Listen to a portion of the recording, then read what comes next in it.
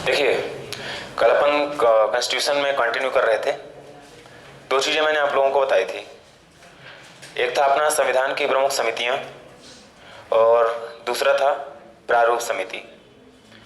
Revise शायद आप लोगों ने किया हो थोड़ा बहुत, है ना।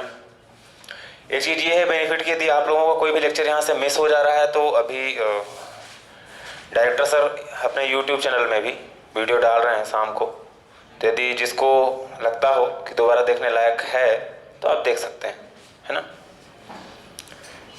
कॉन्स्टिट्यूशन में देखिए, मैं आप लोगों को कल एक टास्क दिया था और टास्क वो ये था, मतलब परसों दिया था एक्चुअली, कि अपने को जो फंडामेंटल राइट्स हैं, मूल अधिकार, है ना, उनको देख के आना था।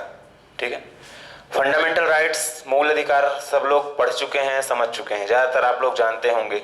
ठीक है, उस पर जो मैं ये बोला था कि ये सीमित है एक्चुअली, कहा जाए तो 14 से हैं, 14 से 32 तक, अनुच्छेद 14 से और 32 तक। लेकिन इसके दो अनुच्छेद शुरू के सबसे ज्यादा इंपॉर्टेंट हैं। एक है अनुच्छेद 13, ठीक है, आर्टिकल 13। आर्टिकल 13 इंपॉर्टेंट इसलिए है क्योंकि इसमें राज्य की परिभाषा दी हुई है। ठीक है, और सामान्यतः हम राज्य से मतलब क्या समझते हैं, स्टेट से। What is state? दिमाग में आया तो राज्य यानी कि जो हमारा प्रांत है, क्लियर, जैसे मध्य प्रदेश, उसकी एक सामान्य सी भाषा आती है कि राज्य मतलब ये होगा।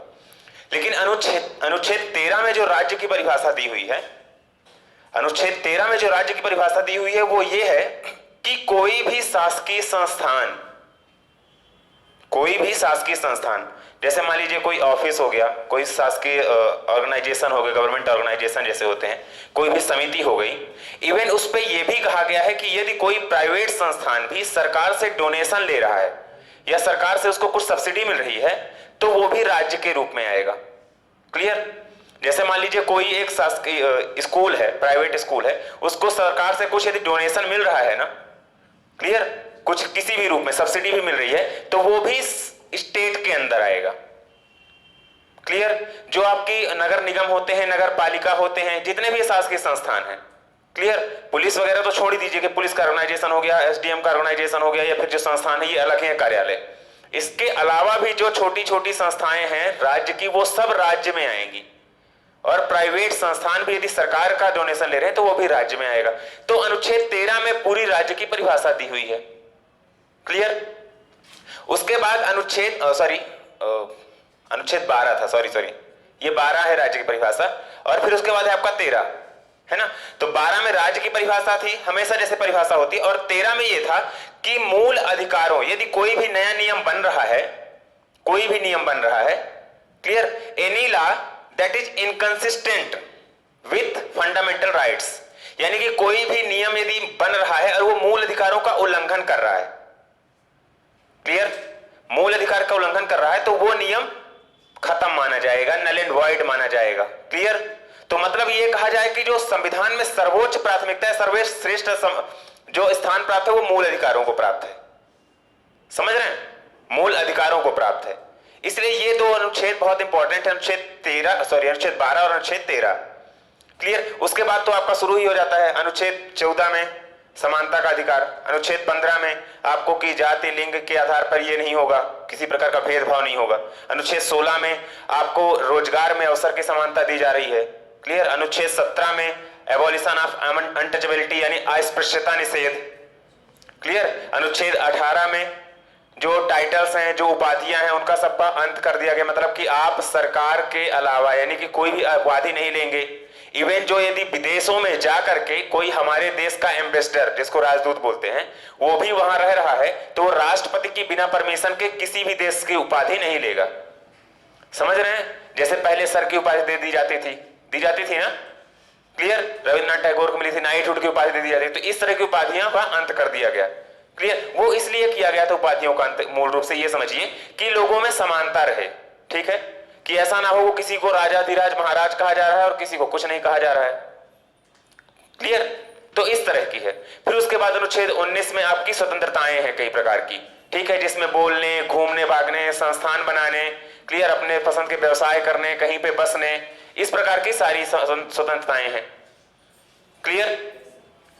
तो मैं ये आपको मोटा मोटा बता रहा हूं। उसके बाद अनुच्छेद 20 में है, अनुच्छेद 20 में यह है कि कोई व्यक्ति को यदि गिरफ्तार कर लिया गया है तो भी उसके 3 अधिकार होते हैं। ठीक है, यदि किसी भी व्यक्ति की गिरफ्तारी की जा रही है तो अपराध में, ठीक है, तो उसके भी अधिकार होते हैं कि मतलब ये कि उसको उस जिस समय वो जो अपराध किया था, अपराध करने के वक्त जो कानून था उसके हिसाब से सजा मिलेगी, है ना। उसको खुद के खिलाफ गवाही देने के लिए मजबूर नहीं किया जा सकता है। क्लियर। तो ये सारी चीजें हैं उस पे, है ना। तो हम इसकी चीजें अभी थोड़ा सा मैं बात करूंगा। अभी आपको जो संविधान सभा चल रही थी उसके कुछ कार्यों के बारे में, जैसे मैंने कल आपको बताया था कि आपका जो राष्ट्र ध्वज था वो अपनाया गया था। कब अपनाया गया था? 22 जुलाई 1947। ठीक है, इसके बाद आपका आता है राष्ट्रगान। क्लियर। तो राष्ट्रगान कब अपनाया गया ये मैं लिखाऊंगा, संविधान सभा के छोटे से कार्य हैं, उसके बाद हम अपना आते हैं इसमें। क्लियर, लिखेंगे।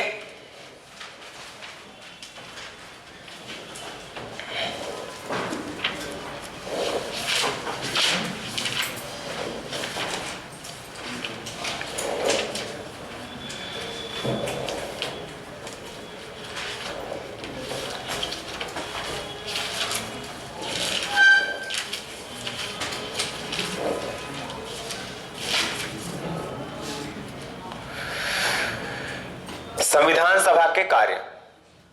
अब संविधान सभा जो संविधान बनाई थी इसके अलावा भी इसने कुछ महत्वपूर्ण कार्य किए थे। ये 3-4 कार्य आप लिख लीजिए, इंपॉर्टेंट है ना। संविधान सभा के कार्य, वर्क्स ऑफ कॉन्स्टिट्यूएंट असेंबली। इसमें आप पहला लिखेंगे राष्ट्रमंडल की राष्ट्रीयता। राष्ट्रमंडल, कॉमनवेल्थ जिसको बोलते हैं, राष्ट्रमंडल की राष्ट्रीयता स्वीकार करना, या जो कॉमनवेल्थ था, है ना, राष्ट्रमंडल देशों की राष्ट्रीयता स्वीकार करना।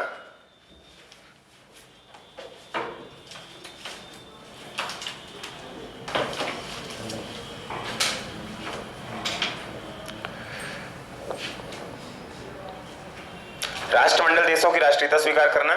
दूसरा लिखें, अच्छा इस पे स्वीकार कब की गई थी, राष्ट्रीयता कब ली गई थी? मई 2019, सॉरी 1949, मई 1949 में 1949। ठीक है, कॉमनवेल्थ की मेंबरशिप इंडिया ने ली थी उस समय पे, ये संविधान सभा के द्वारा ही किया गया था। दूसरा लिखेंगे राष्ट्रीय ध्वज को स्वीकार करना, या राष्ट्रीय ध्वज को स्वीकृति भी लिख सकते हैं। 22 जुलाई 1947, 22 जुलाई 1947।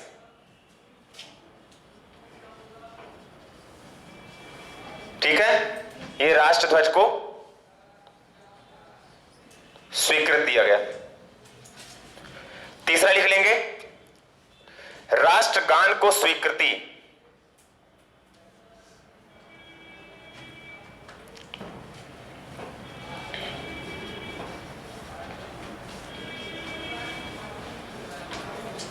देखिए इस पे आप दो चीज दिमाग में रखने के लिए याद कर सकते, कंफ्यूज ना हो जिससे।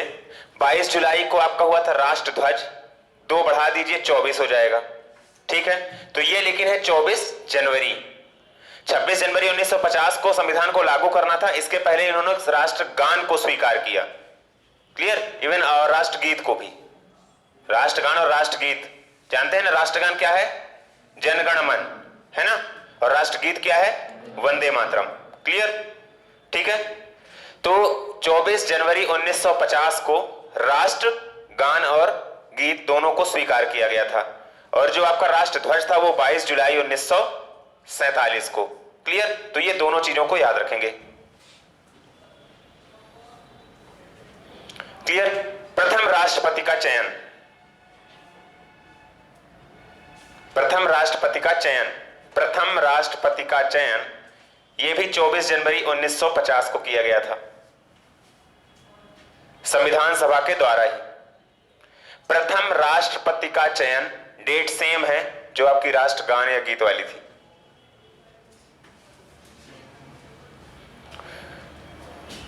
ठीक है,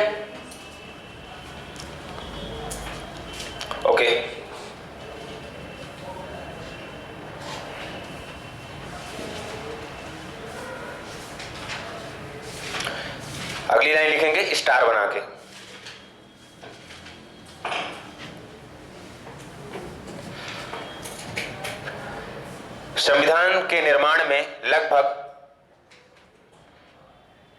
64 लाख रुपए का खर्च आया।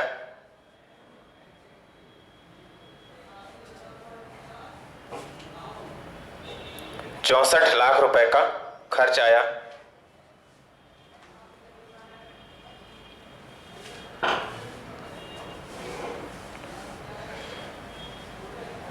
इसमें 11 सत्र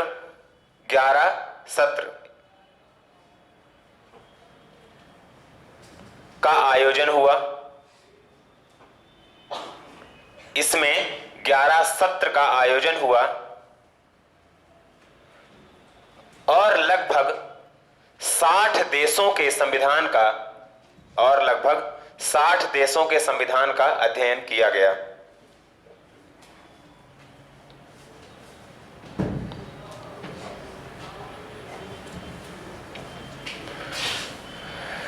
लगभग 60 देशों के संविधान का अध्ययन किया गया।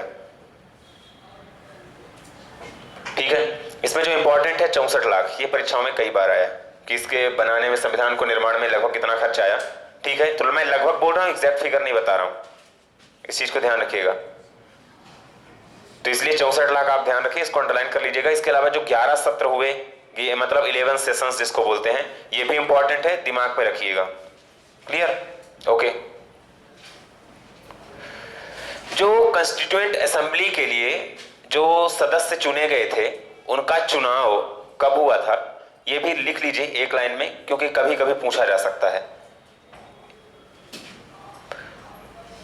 संविधान सभा के लिए सदस्यों का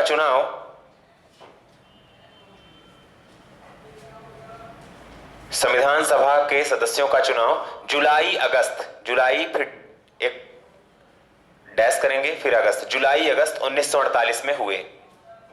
संविधान सभा के सदस्यों के लिए चुनाव जुलाई अगस्त 1946 में, 48 बोला था क्या पहले? 46 लिखेगा उसको। जुलाई अगस्त 1946, जुलाई अगस्त 1946। ठीक है, 48 तो होगा ही नहीं। ठीक है, 1946 में हुए। क्लियर?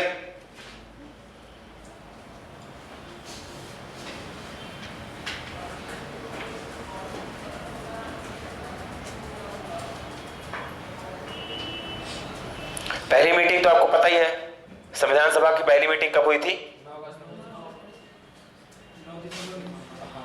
9 दिसंबर 1946। ठीक है, लिख लीजिए।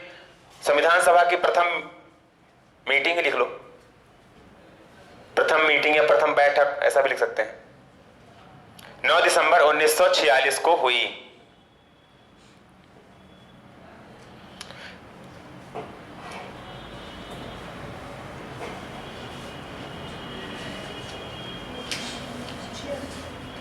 दिसंबर 1946 को।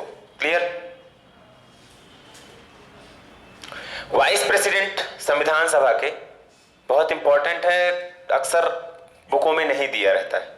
ठीक है, अध्यक्ष तो थे, उपाध्यक्ष भी तो होंगे ना। क्लियर? तो लिख लीजिए H.C. मुखर्जी। H.C. मुखर्जी संविधान सभा के उपाध्यक्ष H.C. मुखर्जी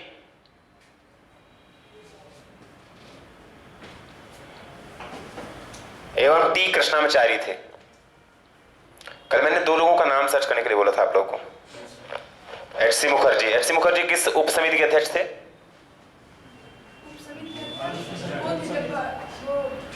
जब भारत में गणतंत्र बनने के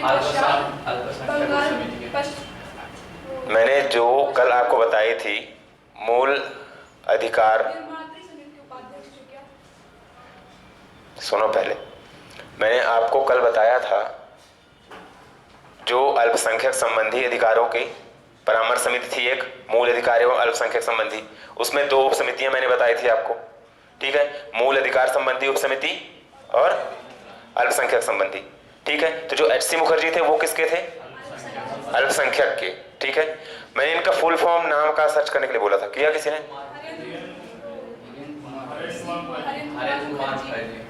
हरेंद्र कुमार, और एक और थे ना, JV जावट राम भगवान दास कृपलानी। जावट नहीं है, वो जीवत है, ठीक है। जीवट राम भगवान दास कृपलानी, ठीक है, ओके। तो ये दो नाम थे, आपको ये याद रखना है। एच.सी. मुखर्जी उपाध्यक्ष थे, इस चीज को दिमाग में अच्छे से रखिएगा, क्लियर। और टी कृष्णमाचारी जो मैंने बताया, क्लियर, मुख्य प्रश्नों में से है। एक चीज और लिखिएगा, ये मोस्ट इंपॉर्टेंट समझ के लिख लीजिए इनको, ठीक है। संविधान सभा का जो चिन्ह था, चिन्ह सिंबल, संविधान सभा का चिन्ह जो था वो क्या था? हाथी, ठीक है। लिखेंगे सिंबल ऑफ कॉन्स्टिट्यूएंट असेंबली या संविधान सभा का चिन्ह या प्रतीक, संविधान सभा का प्रतीक लिख सकते हैं, एलिफेंट, हाथी, क्लियर। संविधान सभा का प्रतीक हाथी था, ठीक है।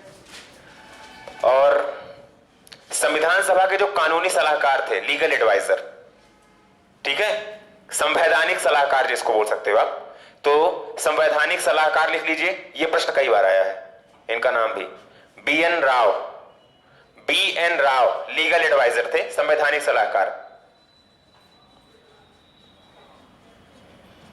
बी.एन. राव, ठीक है।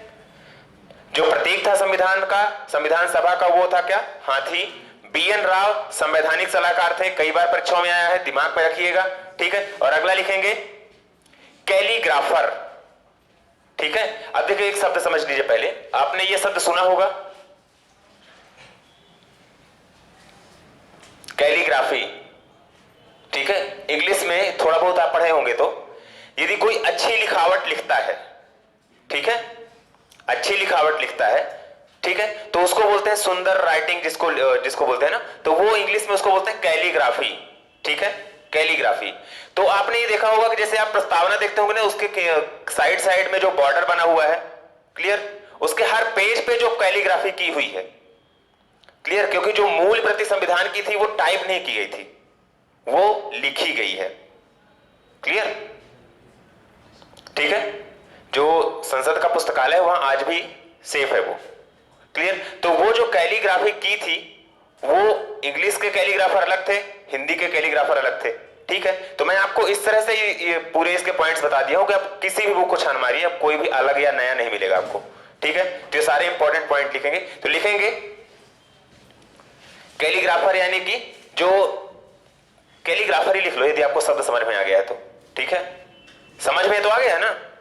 अच्छी लिखावट लिखने वाले को कैलीग्राफर बोलते हैं और अच्छी लिखावट को कैलीग्राफी बोलते हैं, ठीक है। तो लिख लीजिए जो इसके लेखक थे संविधान के, ठीक है, कैलीग्राफर थे, लिख लेंगे प्रेम बिहारी राय जादा, प्रेम बिहारी, प्रेम बिहारी राय जादा,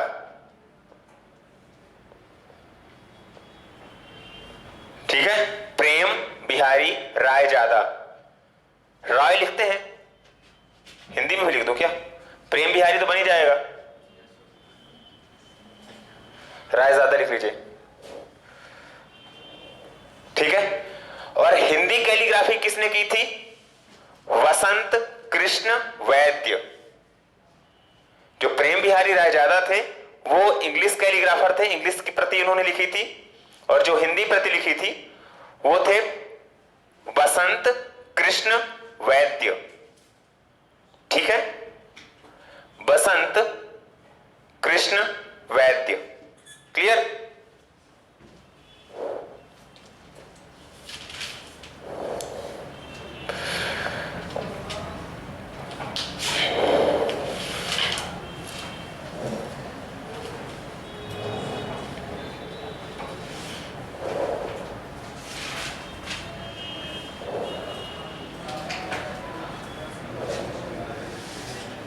अब देखिए संविधान सभा द्वारा जो संविधान को पारित किया गया, ठीक है। हम इन दो शब्दों में थोड़ा सा कंफ्यूज होते हैं अक्सर जब प्रश्न आते हैं, तो संविधान को कब पारित किया गया, कब किया गया पारित?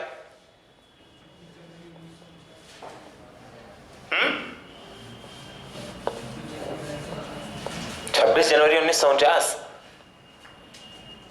देखिए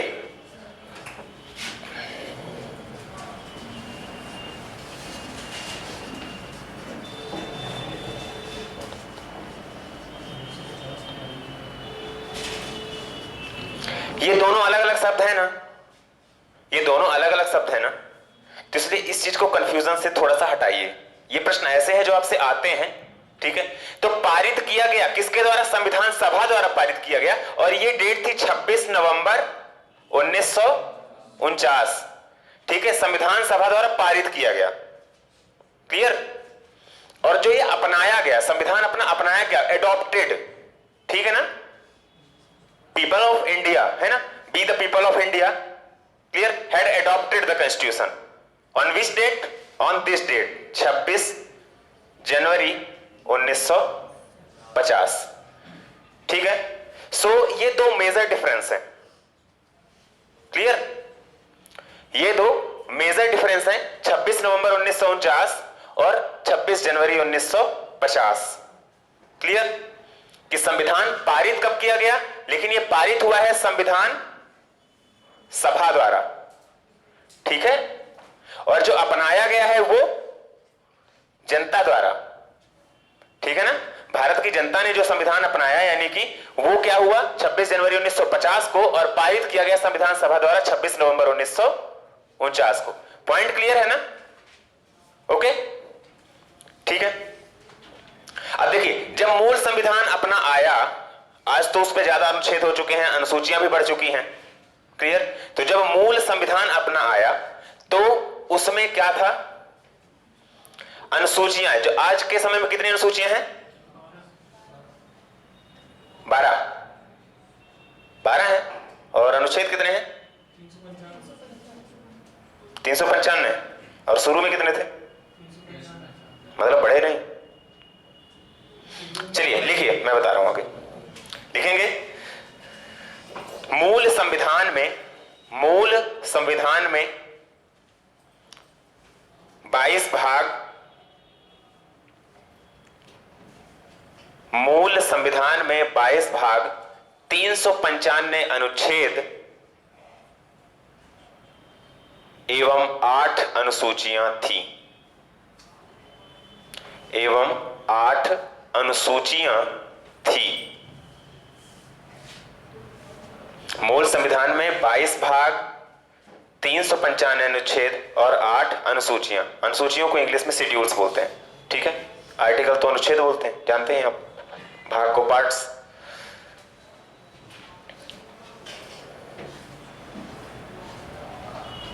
अब देखिए, कुछ जो संविधान जब बन गया था, संविधान के बनने यानी कि ये पारित होने और एडॉप्ट करने के बीच में जो टाइम गैप था, ठीक है, इस दौरान कुछ जो अनुच्छेद थे उनको उसी समय लागू कर दिया गया था। कब? एडॉप्शन के पारित करने के टाइम पे ही, ठीक है ना। जिस समय पे संविधान सभा द्वारा पास किया गया संविधान को, उसी समय पे। और ये प्रश्न आते हैं, कई बार परीक्षाओं में आए हैं कि निम्न में से कौन से अनुच्छेद संविधान तुरंत बाद लागू कर दिए गए थे। वो ज्यादातर अनुच्छेद नागरिकता से संबंधित थे, ठीक है, ज्यादातर, क्योंकि उस समय नागरिकता का प्रश्न बड़ा चर्चित था, क्योंकि लोग पाकिस्तान से भारत आ रहे थे, भारत से पाकिस्तान जा रहे थे, इसलिए उसको तुरंत लागू कर देना इंपॉर्टेंट था, ठीक है, क्योंकि नागरिकता को स्थिर करना था और नागरिकता के प्रावधान भी उसी समय पे जरूरी थे, ठीक है। तो लिखेंगे अपन कि कुछ अनुच्छेद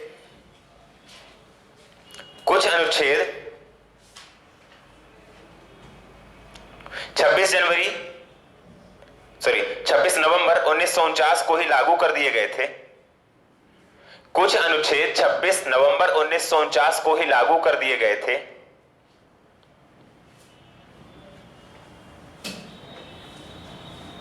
जिनकी संख्या 15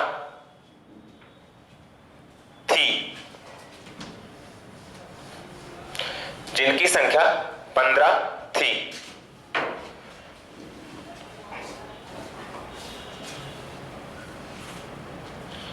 क्लियर? तो ये 15 अनुच्छेद थे। अब इसमें यदि आपको संख्या वाइज याद करना है तो कर लीजिए, ज्यादा अच्छा रहेगा। मैं लिखा तो देता हूं, कोशिश कीजिएगा आपके दिमाग में आ जाए। जो आपके आर्टिकल्स थे 5, 6, 7, 8, 9, ठीक है। अनुच्छेद 5, 6, 7, 8, 9, क्लियर। ये पहली किस्त याद रखिए आप, क्लियर। उसके बाद लिखिए एक साइड में, यहां पे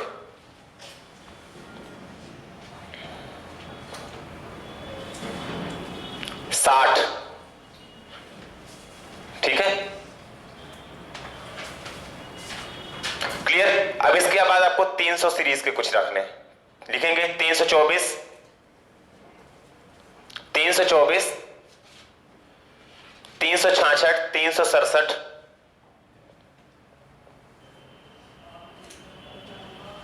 366, 324, 366, 367, 300,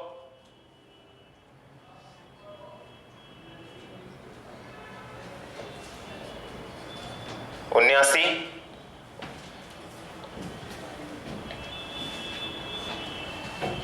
ठीक, 380, 388,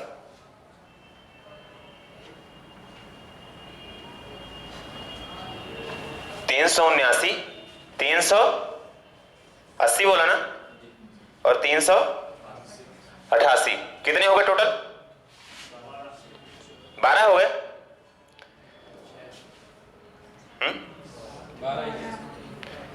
391, 392, 393, ये टोटल कितने हो गए? 15, ठीक है। हाई लेवल क्वेश्चंस में ये पूछा जा सकता है कि निम्न में से कौन से अनुच्छेद संविधान सभा के तुरंत बाद, यानी कि संविधान के बनने के तुरंत बाद स्वीकार कर लिए गए थे। ये अनुच्छेद जो 15 थे, ये 1950 से पहले ही लागू कर दिए गए थे।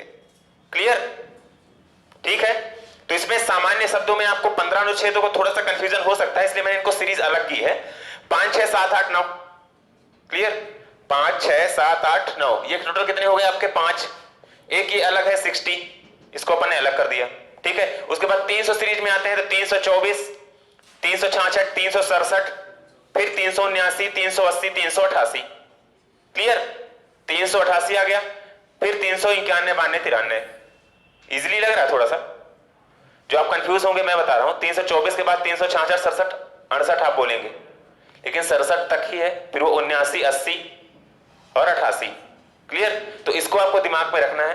91, 92, 93, ये 15 अनुच्छेद इंपॉर्टेंट हैं, क्लियर। 15 के 15 अनुच्छेद इंपॉर्टेंट है, जो संविधान सभा के स्वीकार करने के संविधान के तुरंत बाद लागू हो गए थे, ठीक है। अगला लिखेंगे अब।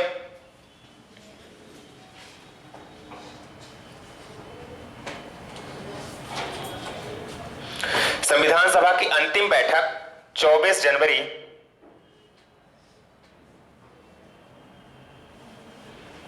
ये प्रश्न भी आया है। संविधान सभा की अंतिम बैठक 24 जनवरी 1950 को हुई थी।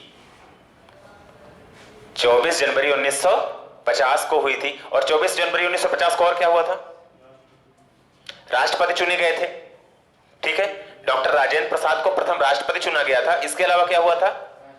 राष्ट्रगान और राष्ट्रगीत को भी अपनाया गया था, ठीक है। 24 जनवरी 1950 को राष्ट्रगान राष्ट्रगीत को अपनाया गया है ना।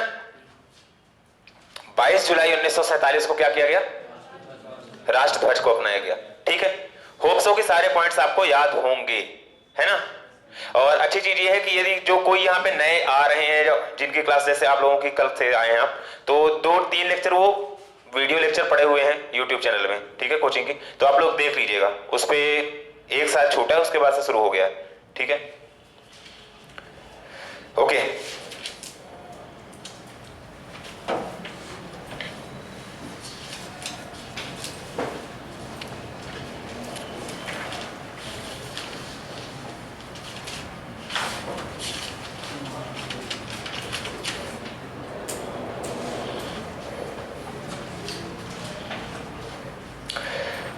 देखिए मैं तो शुरू में अभी आज संविधान की कुछ विशेषताएं बता रहा हूं, उसके बाद अपन अनुच्छेद में आएंगे, ठीक है।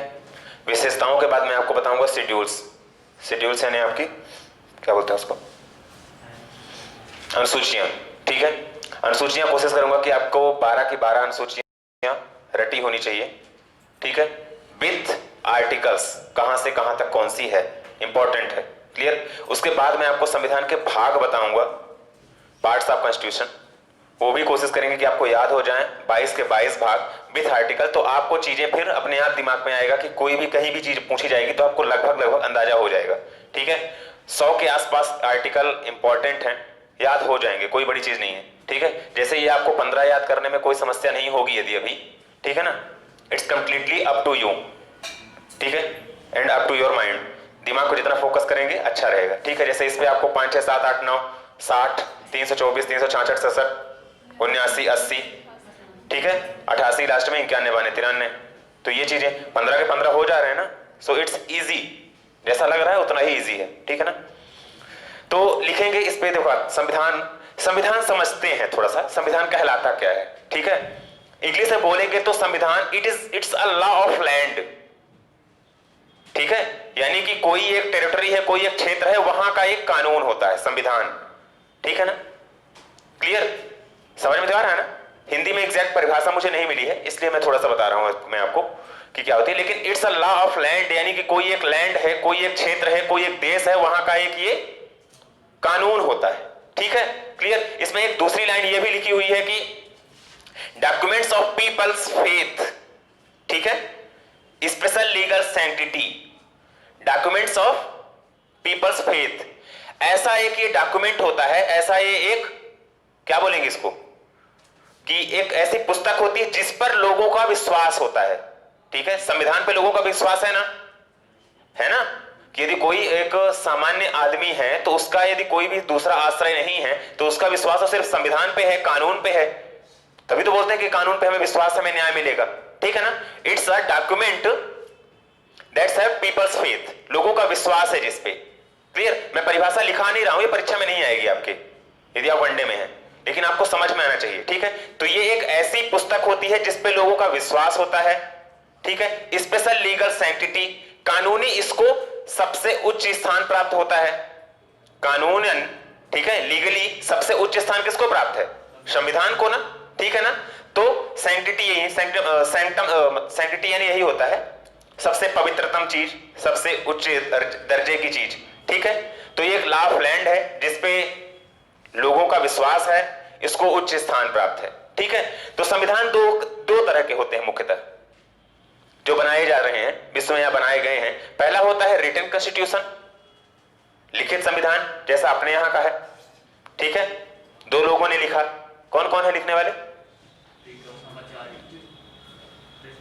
मैंने बताया ना भी, कैलीग्राफर संविधान को लिखा जिन्होंने,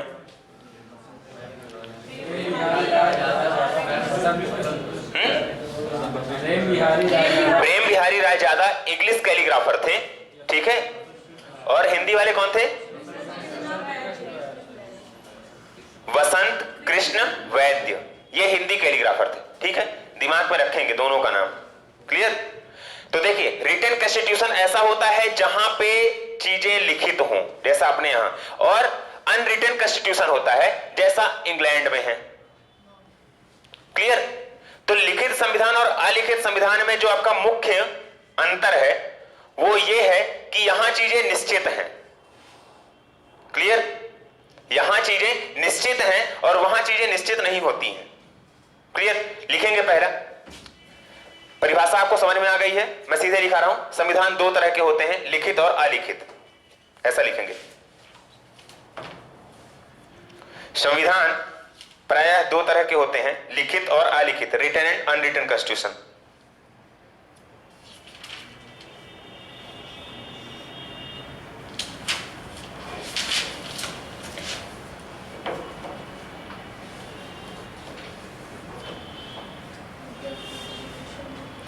इस तरह के संविधान में, किसमें, लिखित में, पहला लिखेंगे लिखित में, इस तरह के संविधान में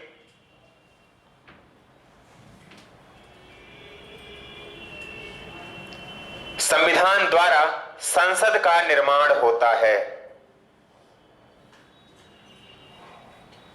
इस तरह के संविधान में, ठीक है ना,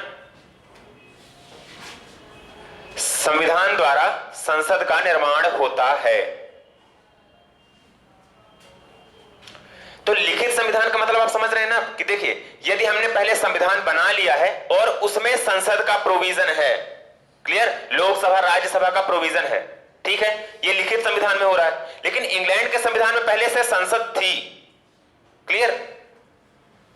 इसमें ये हो रहा है लिखित संविधान में कि कॉन्स्टिट्यूशन क्रिएटेड द पार्लियामेंट, संविधान की जो है आपका संविधान जो है वो पार्लियामेंट बना रहा है, यानी कि संविधान में ही नहीं था ना लोकसभा के अनुच्छेद का और राज्यसभा के अनुच्छेद का वर्णन है।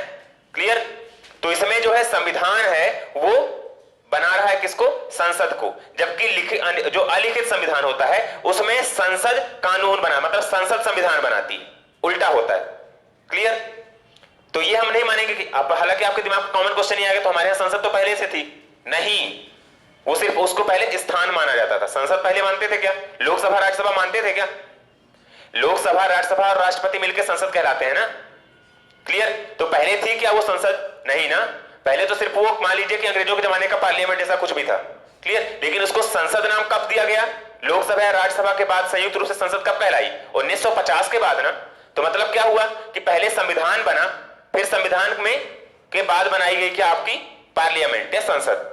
क्लियर? तो ये लिखित और अलिखित का मेजर डिफरेंस होता है। ठीक है, तो क्या लिखा आपने?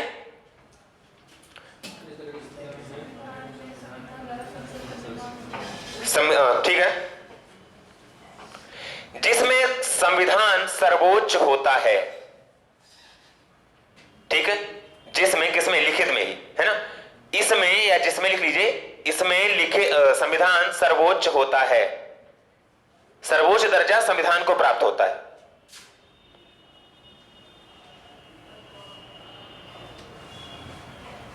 लिखित संविधान में न्यायपालिका सशक्त, लिखित संविधान में न्यायपालिका सशक्त एवं स्वतंत्र होती है।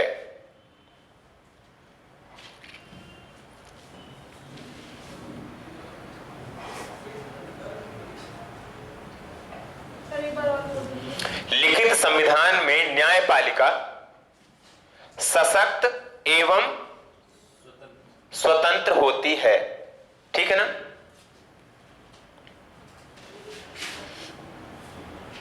यानी कि judiciary enjoys more power. Clear? और फ्री एंड फेयर चीजें होती हैं। मतलब समझ रहे हैं? देखिए, यदि संसद को बना रहा है संविधान, मतलब संविधान सर्वोच्च है, उसने न्यायपालिका के लिए भी अलग कर दिया कि ये न्यायपालिका होगी, यानी कि आपका हाई कोर्ट सुप्रीम कोर्ट होगा। ठीक है, अब सुप्रीम कोर्ट और हाई कोर्ट की स्वतंत्रता कैसे होती है? देखिए, इसमें पहली चीज तो ये होती है कि इनके जो सिलेक्शन होता है जजेस का, इनमें कोई ज्यादा इंटरफेयर पॉलिटिकल होता नहीं है। क्लियर?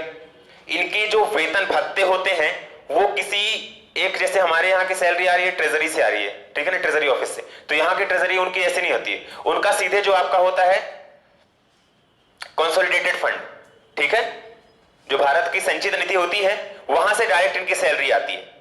क्लियर? जो आपके सुप्रीम कोर्ट होते हैं, हाई कोर्ट होते हैं, इनके जजेस की सैलरी डायरेक्ट संचित निधि से दी जाती है। समझ रहे हैं आप? संचित निधि से, कोई ट्रेजरी नहीं होता बीच में। दूसरी चीज, बीच में इनका ये सत्र शुरू हो गया है तो बीच में इनको मतलब हटाया नहीं जा सकता, ना ही इनको मिलने वाले किसी भी प्रकार के भत्ते या वेतन में परिवर्तन किया जा सकता। ठीक है, कि आप इनको धमकी दे दो, हम तुम्हारी ट्रांसफर कर देंगे, तुम्हें हटा देंगे, ये सब चीजें नहीं है। यदि किसी को ये भय नहीं है तब तो स्वतंत्र ही काम करेगा ना, उसके सिलेक्शन में भी ज्यादा पॉलिटिकल इंटरफेयर नहीं है तो ये स्वतंत्र ही काम करेंगे ना। समझ रहे हैं ना? तो और दूसरी चीज ये है कि संविधान में न्यायपालिका का वर्णन है, उसके सिलेक्शन की प्रोसीजर, उसके वेतन की चीजें कहां से कैसे मिलेंगी, ये सब संविधान में है। ठीक है, तो संविधान जो आपका लिखित संविधान है, यानी कि सब रिटन है, कोई भी चीज ऐसी नहीं है, मौखिक नहीं है कि मन आया तो ये कर लिया, मन आया तो वो कर लिया। ठीक है, तो सब चीजें परफेक्ट और रिटन है। इसका मतलब यह है कि लिखित संविधान में जो आपकी न्यायपालिका होती है वो ज्यादा स्वतंत्र होती है और ज्यादा सशक्त होती है, ज्यादा पावरफुल होती है। पावरफुल से मतलब यह कि किसी भी बड़े या छोटे व्यक्ति के खिलाफ बराबर कार्रवाई कर सकती है। समझ रहे हैं? तो ये होता है अंतर। क्लियर? ओके।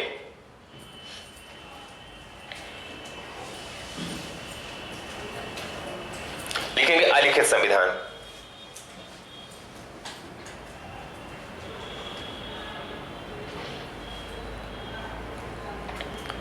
अलिखित संविधान, अलिखित, अनरिटन कॉन्स्टिट्यूशन।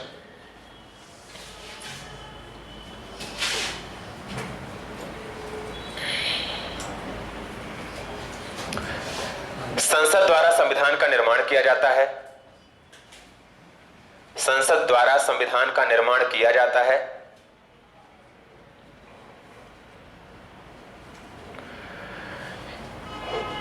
यह संविधान लगातार विकासशील रहता है।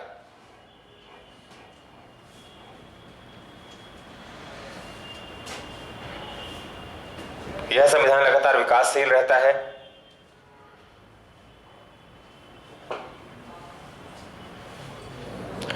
इसमें न्यायपालिका की शक्तियां कम होती हैं तथा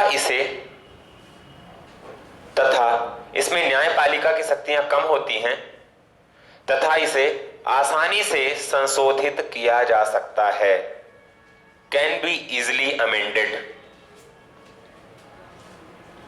ठीक है, इसको आसानी से संशोधित किया जा सकता है। न्यायपालिका की शक्तियां कम होती हैं और संशोधन क्या है, आसानी से किया जा सकता है। समझ पा रहे हैं आप? अब देखिए, जैसा कुछ लिखित जैसा नहीं है, तो यदि मौखिक संविधान है, अलिखित है, कुछ चीजें परफेक्ट नहीं है, तो इसको आसानी से संशोधित किया जा सकता है। ठीक है, न्यायपालिका की चीजें कोई लिखित नहीं है, इसमें फिक्स नहीं है, तो वो भी चीजें कमजोर ही रहेंगी। जब कोई रिटन चीजें नहीं होती हैं तो वो तो कमजोर ही होंगी ना। जैसे बात समझिए कि यदि आपको किसी को आपने कुछ पैसे उधार दिए, ठीक है, कोई भी चीजें, तो आपका लिखित डॉक्यूमेंट हो गया एक, क्लियर, तो आपके पास तो भैया विश्वास है कि हाँ हमें लिखित है, तो चीजें ज्यादा परफेक्ट रहेंगी ना, क्लियर। और यदि आपके पास लिखित में नहीं है, जैसे मान लीजिए आपने कोचिंग में फीस दी, आपको रसीद दे दिए या कहीं पे रिटर्न साइन करके कुछ दे दिया, तब तो आपके पास है कि हाँ भैया मैंने दिया है, क्लियर। और यदि आपके पास लिखित कुछ नहीं मिला, आपने दे दिया और निकल गए, तो क्या होगा? वो तो आगे ये भी हो सकता है कि आपने इतना दिया था, इतना नहीं दिया था, कोई भी चीजें हो सकती हैं। ठीक है, तो रिटर्न चीजें ज्यादा परफेक्ट रहती है ना, क्लियर, ज्यादा ट्रस्टेबल रहती हैं, ट्रस्टवर्थी जिसको बोलते हैं, है ना। तो ये होता है मुख्य रूप से रिटर्न और अनरिटन कॉन्स्टिट्यूशन। रिटर्न कॉन्स्टिट्यूशन का मुख्य रूप से उदाहरण क्या है? अपना अमेरिका का संविधान, इंडियन कॉन्स्टिट्यूशन, ठीक है। और अलिखित संविधान का जो मुख्य उदाहरण है वो है अपना इंग्लैंड का संविधान, क्लियर। लिख लीजिए लिखित अलिखित में उदाहरण इंग्लैंड का संविधान, और लिखित वाले में आप अमेरिका, इंडिया जो लिखना है वो लिख लीजिए। लिखित का उदाहरण अपना भारत का है और अलिखित का उदाहरण इंग्लैंड का है।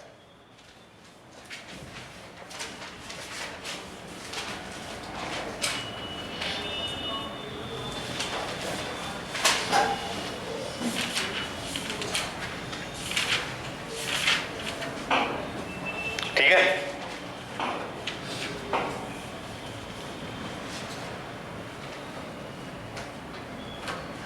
देखिए इसमें एक टॉपिक है जो मैं छोड़ना चाह रहा हूं, आप लोग बताइए यदि आपको ठीक समझ में आए तो। संविधान की विशेषताएं। आप सारे लोग वनडे की तैयारी कर रहे हैं ना? वनडे, व्यापम ना, व्यापम एसएससी जो भी है ना। तो संविधान की जो विशेषताएं हैं वो मैं बताऊंगा, तो 15 पॉइंट है इस पे, ठीक है। लिख लो, एक एक लाइन का तो लिख ही लो, ओरली मैं समझा दूंगा, ठीक है, छोड़ना सही नहीं है। भारतीय संविधान की विशेषताएं। भारतीय संविधान की विशेषताएं।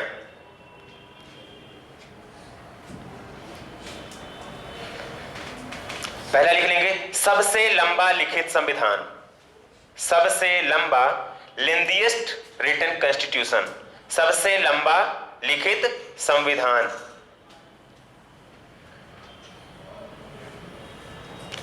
सबसे लंबा लिखित संविधान, है ना, समझ में आ गया। लेंथीएस्ट रिटन कॉन्स्टिट्यूशन, लिखित भी है, सबसे लंबा है, ये पूरे देश में, ये पहली विशेषता हो गई इसकी। दूसरी लिखेंगे इसमें, विभिन्न स्रोतों से प्राप्त, या ड्रॉन फ्रॉम वेरियस सोर्सेस, कई स्रोतों से लिया हुआ या विभिन्न स्रोतों से लिया हुआ, कई देश के संविधान से लिया हुआ, ठीक है। तो इसके जो मेन प्रोविजन है वो लिए गए थे आपका 1935 के अधिनियम से, बताया था ना मैंने, 1935 के अधिनियम से लिए गए हैं मुख्य रूप से। इसके अलावा बहुत से देशों से, जैसे अमेरिका से लिया गया है, ऑस्ट्रेलिया से लिया गया है, रसिया से लिया गया है, क्लियर, आयरलैंड से लिया गया है। जो स्रोत हैं वो मैं आपको कल इसमें लिखवाऊंगा, ठीक है। कि कहां कहां से क्या क्या लिया गया। दूसरा लिखेंगे इसमें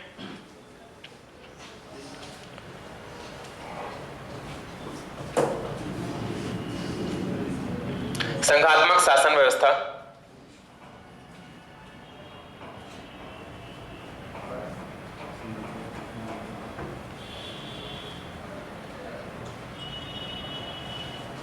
संघात्मक शासन व्यवस्था एकात्मकता के साथ, संघात्मक शासन व्यवस्था एकात्मकता के साथ। अच्छा, ये संघात्मक शासन क्या होता है? संघात्मक शासन, फेडरल गवर्नमेंट।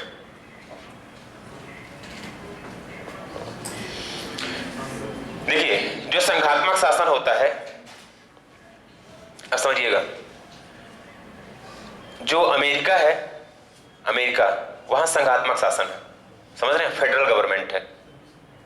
फेडरल गवर्नमेंट का मतलब ये होता है कि हर राज्य जो होता है वो अपने आप में स्वतंत्र होता है, समझ रहे हैं। हर राज्य के पास सोल अथॉरिटी होती है। सारे राज्य जो है ना, उनके पास सारी की सारी शक्तियां अपने पास कार्य करने की होती हैं। जैसे अमेरिका में 50 राज्य हैं, ठीक है ना, 50 स्टेट्स हैं, अभी इलेक्शन वहां होने वाले हैं, तो 50 राज्यों के पास अपनी अलग अलग स्वतंत्रताएं हैं। लेकिन एकात्मक शासन व्यवस्था जो होती है, उसमें क्या होता है कि ज्यादातर जो शक्तियां होती हैं वो केंद्र के पास होती हैं, समझ रहे हैं। अब देखिए कैसे, भारत में संघात्मक भी है और एकात्मक भी है। इसका मतलब समझिए थोड़ा सा, कि जो एकात्मक शासन की व्यवस्था होती है, जैसे सुप्रीम कोर्ट एक हो गया, पूरे देश का एक है ना, क्लियर। तो ये एकात्मक संविधान की, एकात्मक शासन की व्यवस्था है, समझ रहे हैं, एकात्मक शासन की व्यवस्था है। संघ सूची के जो विषय हैं, संघ सूची के विषय, उस पे केंद्र का पूरा मतलब कि क्या होता है, ओवरलैपिंग होती है, पूरा केंद्र का अधिकार होता है, ठीक है। उस पे कुछ ऐसे भी सब्जेक्ट जो राज्य पे हैं, राज्य के हैं, उस पे भी कानून बना सकती है ना, क्लियर। तो या फिर यूं कहें कि संवर्ती सूची के विषय जो है, संवर्ती सूची विषय में राज्य भी कानून बना सकता है, केंद्र भी बना सकता है। तो इस संवर्ती सूची का जो उदाहरण है वो कहां का हो गया भैया, कि संघात्मक शासन का उदाहरण हो गया। आपका एक सुप्रीम कोर्ट है, एक संसद है, पूरे देश की एक संसद है ना, तो ये सब एकात्मक की व्यवस्था हो जाती है कुछ कुछ, क्लियर। तो ये संघात्मक शासन व्यवस्था तो है अपने यहां, लेकिन एकात्मकता के साथ। So it is not completely federal and not completely unitary, clear. ना ही संघात्मक है, ना ही एकात्मक है, संघात्मक भी है और एकात्मक भी है, ये समझ लीजिए, क्लियर। चलिए आगे लिखेंगे।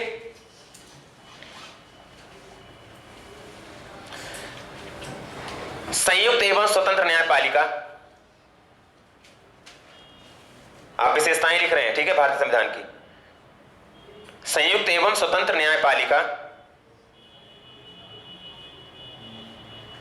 संयुक्त एवं स्वतंत्र न्यायपालिका, मूल अधिकार, अगला मूल अधिकार,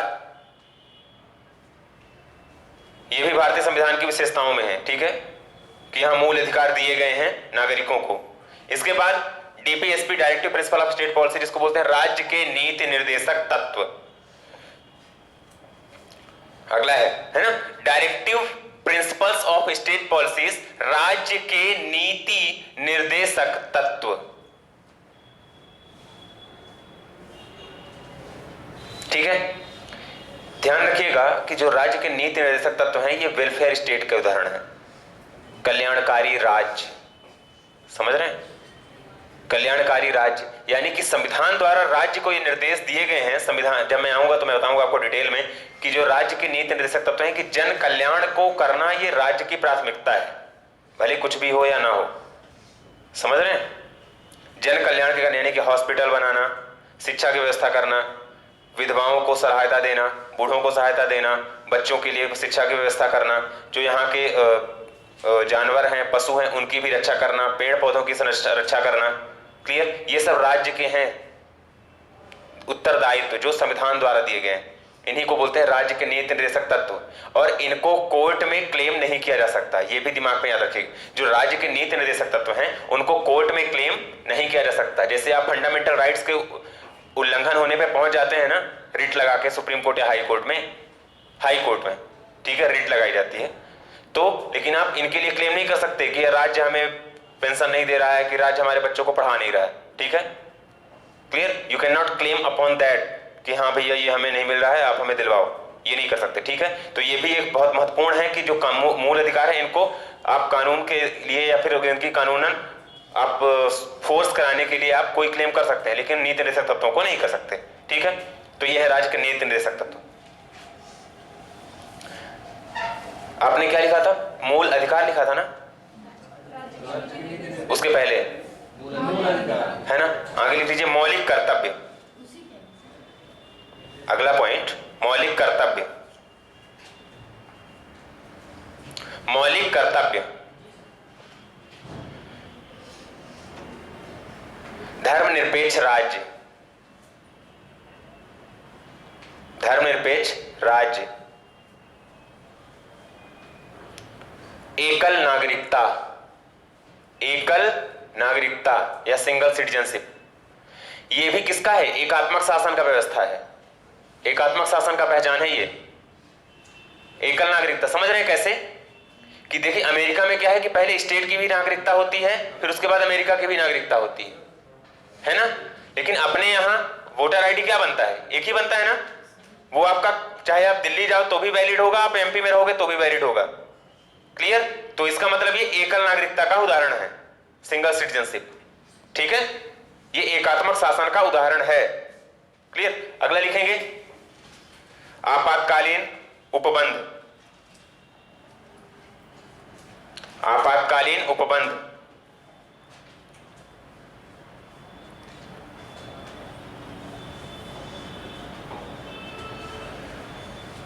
स्वतंत्र संस्थाएं, स्वतंत्र संस्थाएं, डैश करके इसमें लिख लेंगे चुनाव आयोग, लोक सेवा आयोग, चुनाव आयोग, लोक सेवा आयोग,